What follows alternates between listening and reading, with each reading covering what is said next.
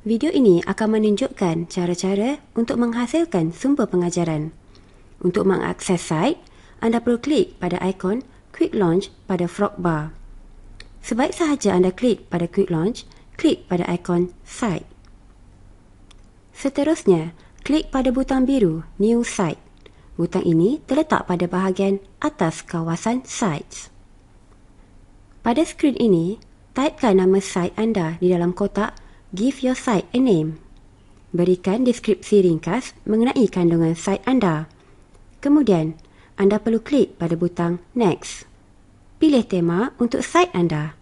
Kemudian, pilih ikon. Ikon ini akan terpapar di dalam sebelah nama site dalam halaman Sites.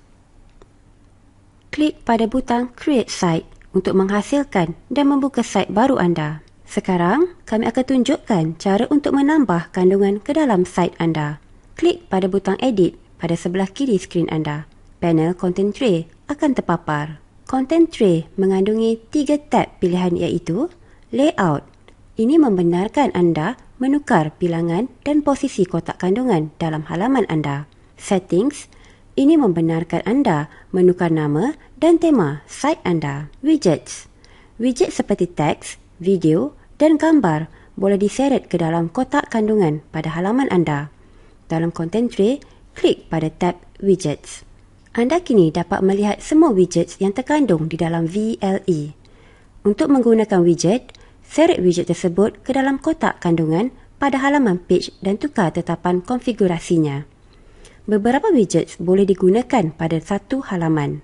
Pilih Media Widget dan seretkan ia ke dalam kotak kandungan pada halaman anda. Pastikan kotak kandungan bertukar menjadi biru sebelum melepaskan widget tersebut. Dui klik pada widget tersebut untuk paparan tetapan widget tersebut. Sekiranya anda memuat turun gambar dari internet, typekan nama gambar pada kotak carian dan klik butang Frog Store. Anda kini dapat melihat semua media yang terkandung di dalam internet. Pilihkan satu gambar dengan klik pada butang Use. Seterusnya, klik pada butang Save Changes dan tutupkan panel Content Tray dengan klik pada butang X. Sebelum memasukkan widget yang lain, anda perlu klik pada butang Edit.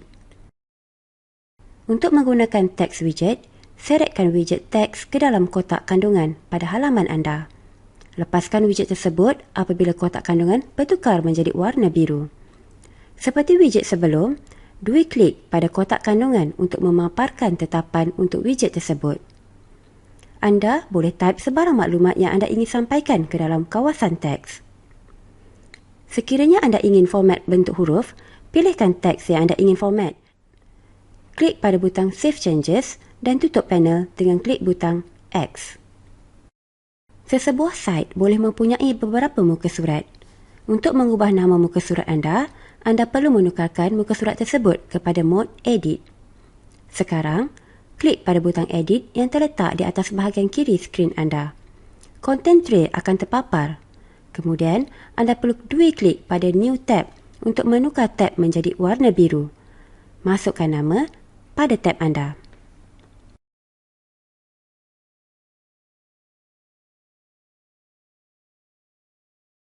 Untuk menambah tab bagi setiap site anda, klik pada tanda tambah pada muka surat pertama anda. Masukkan nama tab tersebut dengan dui klik pada perkataan New Tab. Kini, site anda telah mempunyai 2 tab. Anda perlu klik pada setiap tab untuk menambah widget ke dalamnya. Sekiranya diperlukan, setiap muka surat boleh mempunyai halaman kecil. Klik pada tanda tambah yang terletak di bawah tab utama untuk menambah muka surat. Dan muka surat tersebut akan diberi nama New Tab. Typekan nama bagi muka surat tersebut. Sekarang, muka surat tersebut telah mempunyai halaman kecil. Klik pada halaman kecil tersebut ketika anda mahu menambah widget ke dalamnya. Untuk menambah widget ke dalam halaman kecil, anda perlu memilih halaman kecil yang dikehendaki. Klik pada widget media dan seret ia ke dalam kotak di atas halaman kecil anda. Pastikan kotak tersebut bertukar kepada warna biru sebelum widget tersebut dilepaskan. Sekarang, mari masukkan video pula. Dui klik pada widget tersebut dan pergi ke bahagian Settings. Typekan nama video tersebut di dalam kotak carian untuk mencari video di dalam internet. Kemudian, klik pada butang Frog Store. Pilih video yang bersesuaian di dalam antaramuka Frog Store. Klik pada butang Use dan simpan pengubahsuaian yang telah dilakukan di dalam settings.